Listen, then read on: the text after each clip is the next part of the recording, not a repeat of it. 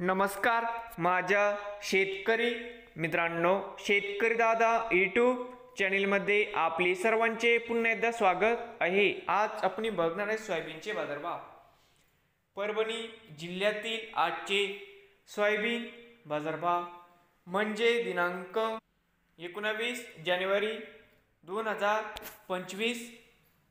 बाजार समिती परभणी या ठिकाणी आज आवक 155 क्विंटल, कमीत कमी दर 4150 रुपये क्विंटल, सरसंद्र 4177 रुपये क्विंटल। या ठिकाणी आज जास्तीत जास्त दर 4200 रुपये क्विंटल। तर मित्रांनो, होते आजचे परभणीतील आजचे सोयाबीन बाजारभाव।